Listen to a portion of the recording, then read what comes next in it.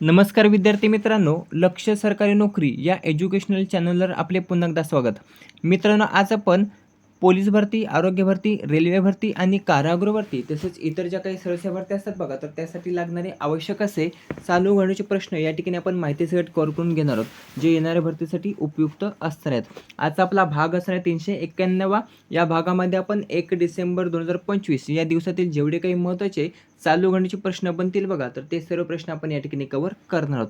एक महत्त्वाची गोष्ट सांगायची अशी की संध्याकाळी आपण नोव्हेंबर 2025 या महिन्यातील महत्त्वाचे चालू घडण्याचे प्रश्न कव्हर करणार आहोत. जो व्हिडिओ अतिशय महत्त्वाचा असणार आहे, तो व्हिडिओ शेवटपर्यंत नक्की पाहायचा आहे आणि मित्रांसोबत जास्तीत जास्त शेअर करायचा आहे. संध्याकाळी आपण तो व्हिडिओ अपलोड करणार आहोत, ज्यामध्ये नोव्हेंबर 2025 महिन्यातील महत्त्वाचे चालू घडण्याचे प्रश्न आपण त्या ठिकाणी कव्हर करणार आहोत. व्हिडिओला सुरुवात करण्याअगोदर चॅनलवर जर नवीन असेल तर चॅनलला अवश्य सबस्क्राईब करून घ्यायचं आहे. तसेच व्हिडिओ आवडत असेल तर आपल्या व्हिडिओला लाईक देखील करायचा आहे. प्रश्न पहिला आहे, दितवाह चक्रीवादळामुळे कोणत्या देशाने नुकतंच आणीबाणी जाहीर केलेली आहे? तर दितवाह चक्रीवादळामुळे पर्याय क श्रीलंका या देशाने नुकतंच आणीबाणी ही जाहीर केलेली आहे. त्याचं कारण तर बंगालच्या उपसागरामध्ये बघा दितवाह चक्रीवादळ हे निर्माण झालेलं आहे. एक प्रश्न महत्त्वाचा, दितवाह चक्रीवादळाला दितवाह हे नाव जे आहे बघा, तर ते येमेन देशाने दिलेले आहे. कोणत्या देशाने? येमेन देशाने. हे एक लक्षात ठेवायचं आहे. तर या दितवाह चक्रीवादळामुळे श्रीलंका देशामध्ये भरपूर प्रमाणावर बघा जीवितहानी तसेच मालमत्तेची हानी ही झाली आहे बघा. आणि या मालमत्तेच्या हानीच्या पार्श्वभूमीवर राष्ट्राध्यक्ष जे श्रीलंकेचे आहेत बघा, अनुरा कुमार दिसनायके, तर अनुरा कुमार दिसनायके यांनी आणीबाणीची घोषणा ही नुकतंच केलेली आहे. मरण पावलेल्यांची संख्या जर आपण पाहिली तर ती कितीपर्यंत गेलेली आहे? तर 123 वर गेलेली आहे. किती? 123 वर. आता श्रीलंका देशाने आणीबाणी जाहीर केलेली आहे. तर श्रीलंका देशाचे पंतप्रधान कोण आहेत? हरिनी अमरसूरिया. राष्ट्राध्यक्ष कोण आहेत? अनुरा कुमार दिसनायके, ज्यांनी आणीबाणी ही जाहीर केलेली आहे. आणि श्रीलंकेची राजधानी आहे जयवर्धनेपुरा. दुसरा प्रश्न आहे, श्रीलंका देशाला मदत करण्यासाठी भारतातर्फे कोणते ऑपरेशन राबवण्यात आले? तर श्रीलंका देशाला मदत करण्यासाठी भारतातर्फे पर्याय क ऑपरेशन सागर बंधू हे जे काही ऑपरेशन आहे, तर ते श्रीलंका देशाला मदत करण्यासाठी भारतातर्फे राबवण्यात आलेलं आहे. श्रीलंकेची जी काही परिस्थिती पाहता त्या ठिकाणी बघा बंगालच्या उपसागरात निर्माण झालेल्या दितवाह चक्रीवादळामुळे त्या ठिकाणी भरपूर प्रमाणावर जीवितहानी तसेच मालमत्तेची हानी झाली. आणि यासाठी बघा श्रीलंका देशाला मदत करण्यासाठी भारतातर्फे भारतीय नौदलाचे जे काही विमानवाहू जहाज आहे बघा, INS विक्रांत आणि INS उदयगिरी, तर या जहाजाद्वारे तसेच भारतीय हवाई दलाच्या C-130J या विमानाद्वारे महत्त्वाच्या वस्तू तसेच मदत साहित्य हे भारतातर्फे श्रीलंका या देशामध्ये पाठवण्यात आले. आता ते ऑपरेशन कोणते होते? तर ऑपरेशन सागर बंधू. या ऑपरेशन सागर बंधू या ऑपरेशन मुळे बघा श्रीलंका देशाला मदत करण्यासाठी हे ऑपरेशन भारतातर्फे राबवण्यात आले होते.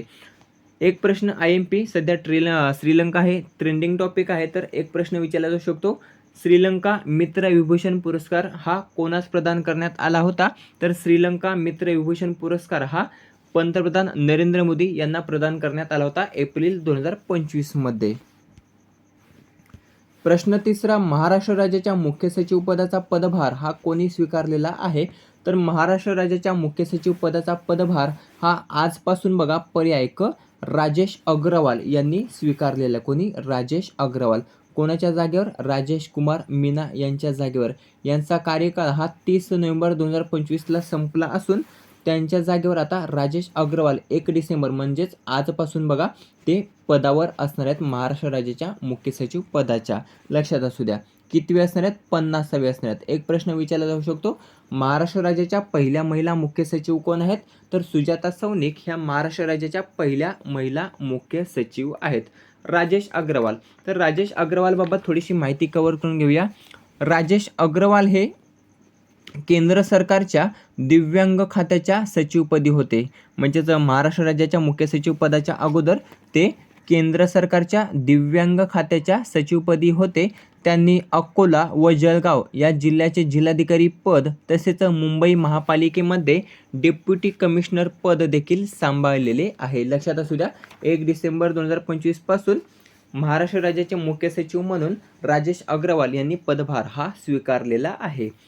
मुख्य सचिव जर आपण पाहिले तर मुख्य सचिव हे राज्य प्रशासनातील सर्वात वरिष्ठ पद आहे आणि मुख्य सचिव हे राज्य मंडळाचे पदसिद्ध सचिव म्हणून काम करतात. त्यासाठी बघा त्यांना मंत्रिमंडळाचे सचिव असे म्हटले जाते. चौथा प्रश्न IMP हा स्टार मार्क करून ठेवायचा आहे. ODI क्रिकेटमध्ये सर्वाधिक शतक ठोकणारा पहिला फलंदाज कोण ठरलेला आहे? तर नुकताच सचिन तेंडुलकर यांना मागे टाकत पर्याय ब विराट कोहली हा जो काही आहे बघा खेळाडू, भारतीय खेळाडू, तर हा ODI क्रिकेटमध्ये सर्वाधिक शतक ठोकणारा पहिला फलंदाज ठरलेला आहे. लक्षात असू द्या, पहिला फलंदाज. त्याने आतापर्यंत ODI मध्ये किती शतके ठोकली? तर 52 शतके ठोकलेली आहे. नुकतंच काल जे काही साऊथ आफ्रिका विरुद्ध विराट कोहलीने 52वे शतक हे साजरे केलेले आहे. लक्षात असू द्या, जे ODI क्रिकेट इतिहासातील सर्वाधिक शतक असणार आहे. लक्षात असू द्या, किती? 52वे. आतापर्यंत ही कामगिरी कोणी केली नाही. 51 हे सचिन तेंडुलकर याच्या नावावर शतके असून त्याला मागे टाकत आता 52 शतक करत विराट कोहली हा ODI क्रिकेटमध्ये सर्वाधिक शतक ठोकणारा पहिला फलंदाज ठरलेला आहे. विराट कोहली यांच्या नावावर काही महत्त्वाचे जे काही रेकॉर्ड्स आहेत बघा, ते आपण या ठिकाणी कव्हर करणार आहोत. 52 शतक करणारा पहिला फलंदाज, 300 वनडे सामने खेळणारा 7वा भारतीय फलंदाज कोण? तर विराट कोहली. ODI मध्ये 14,000 धावा करणारा तिसरा फलंदाज, IPL मध्ये 8 शतक मारणारा फलंदाज. त्यानंतर पुरस्कार जर आपण पाहिले तर अर्जुन पुरस्कार 2013 साली, पद्मश्री पुरस्कार 2017 साली, मेजर ध्यानचंद खेलरत्न पुरस्कार 2018 साली असे महत्त्वाचे पुरस्कार हे विराट कोहलीला प्राप्त आहेत. 5वा प्रश्न आहे, 2026ची G20 शिखर परिषद खालीलपैकी कोणत्या देशात होणार आहे? तर 2026ची जी काही G20 शिखर परिषद आहे तर ती पर्याय ब मियामी, अमेरिका या ठिकाणी होणार आहे. म्हणजेच अमेरिका देशाला बघा अध्यक्षपद भेटलेलं आहे 2026च्या G20 शिखर परिषदेचे. यावर्षीची जी काही G20 शिखर परिषद आहे 2025ची, तर ती जोहान्सबर्ग, साऊथ आफ्रिका या ठिकाणी पार पडलेली आहे. कुठे? Johannesburg, south Africa. 2026ची होणार आहे मियामी, अमेरिका या ठिकाणी, डोनाल्ड ट्रम्प यांच्या अध्यक्षतेखाली. हे देखील लक्षात ठेवायचं आहे. भारतामध्ये 18वी G20 शिखर परिषद पार पडली होती. कोणत्या वर्षी? तर 2023 साली भारतामध्ये G20 शिखर परिषद पार पडली होती, ती 18वी होती. वसुधैव कुटुंबकम हे त्याचं ब्रीदवाक्य होतं. लक्षात असू द्या, थीम. एक लक्षात ठेवायचं आहे, अंताल्या तुर्की या ठिकाणी COP31ची परिषद होणार आहे. COP31 ही अंताल्या तुर्की या ठिकाणी होणार आहे 2026 मध्ये. 6वा प्रश्न IMP आहे, महिलांची हत्या केल्यानंतर कोणत्या देशात आता जन्मठेपेची शिक्षा ही देण्यात येणार आहे? तर नुकतंच इटली या देशाने एक विधेयक सादर केले आणि ते विधेयकानुसार महिलांची हत्या केल्यानंतर त्यास आता जन्मठेपेची शिक्षा ही सुनावण्यात येणार आहे. असे विधेयक पर्याय ड इटली या देशात मंजूर झाले. लक्षात असू द्या, इटली देशामध्ये आता महिलांची हत्या करणारा जो काही आरोपी असेल बघा, तर त्याला आता जन्मठेपेची शिक्षा ही देण्यात येणार आहे. आता इटली देशाने ही शिक्षा जी काही आहे बघा, तर त्याचं विधेयक हे सादर केले असून इटलीचे सध्याचे पंतप्रधान आहेत जॉर्जिया मेलोनी, ज्या पहिल्या महिला पंतप्रधान आहेत इटलीच्या. इटलीची राजधानी काय आहे? तर रोम ही इटलीची राजधानी आहे. 7वा प्रश्न आहे, बाया कर्वे राष्ट्रीय पुरस्कार 2025ने कोणास सन्मानित करण्यात आले? तर बाया कर्वे राष्ट्रीय पुरस्कार 2025ने बघा पर्याय क मीनाक्षी निकम यांना सन्मानित करण्यात आलेलं आहे. महर्षी कर्वे स्त्री शिक्षणतर्फे डॉक्टर अविनाश वाचासुंदर यांच्या हस्ते हा पुरस्कार मीनाक्षी निकम यांना प्रदान करण्यात आलेला आहे. या महर्षी कर्वे स्त्री शिक्षण संस्थेच्या अध्यक्षा कोण आहेत? तर स्मिता गैघास. 8वा एक प्रश्न, खालीलपैकी कोणास इंडियन ऑफ द इयर 2025ने नुकतंच सन्मानित करण्यात आलं? तर ICCचे अध्यक्ष आहेत बघा जय शहा. तर जय शहा यांना इंडियन ऑफ द इयर 2025ने नुकतंच सन्मानित करण्यात आलेले आहे. इंडियन ऑफ द इयर 2025ने जय शहा कोण आहेत? ICCचे अध्यक्ष आहेत. कितवे आहेत? तर 5वे भारतीय अध्यक्ष आहेत. कितवे? 5वे भारतीय अध्यक्ष. BCCIचे माजी सचिव देखील ते राहिलेले आहेत, लक्षात ठेवायचं आहे. मित्रांनो, अशा प्रकारे महत्त्वाचे 8 चालू घडामोडींचे प्रश्न माहिती सकट आपण या ठिकाणी कव्हर केले आहेत. आता घेऊया रिव्हिजन. दितवाह चक्रीवादळामुळे कोणत्या देशाने आणीबाणी जाहीर केली? पर्याय क, श्रीलंका देशाने आणीबाणी जाहीर केलेली आहे. श्रीलंका देशाला मदत करण्यासाठी भारतातर्फे कोणते ऑपरेशन राबवण्यात आले? तर श्रीलंका देशाला मदत करण्यासाठी भारतातर्फे ऑपरेशन सागरबंधू हे ऑपरेशन राबवण्यात आले. महाराष्ट्र राज्याच्या मुख्य सचिव पदाचा पदभार कोणी स्वीकारला? राजेश अग्रवाल यांनी महाराष्ट्र राज्याच्या मुख्य सचिव पदाचा पदभार हा नुकताच स्वीकारलेला आहे. ODI क्रिकेटमध्ये सर्वाधिक शतक ठोकणारा म्हणजेच 52 शतक ठोकणारा पहिला फलंदाज कोण ठरला? विराट कोहली हा ODI क्रिकेटमध्ये सर्वाधिक 52 शतक ठोकणारा पहिला फलंदाज ठरला आहे.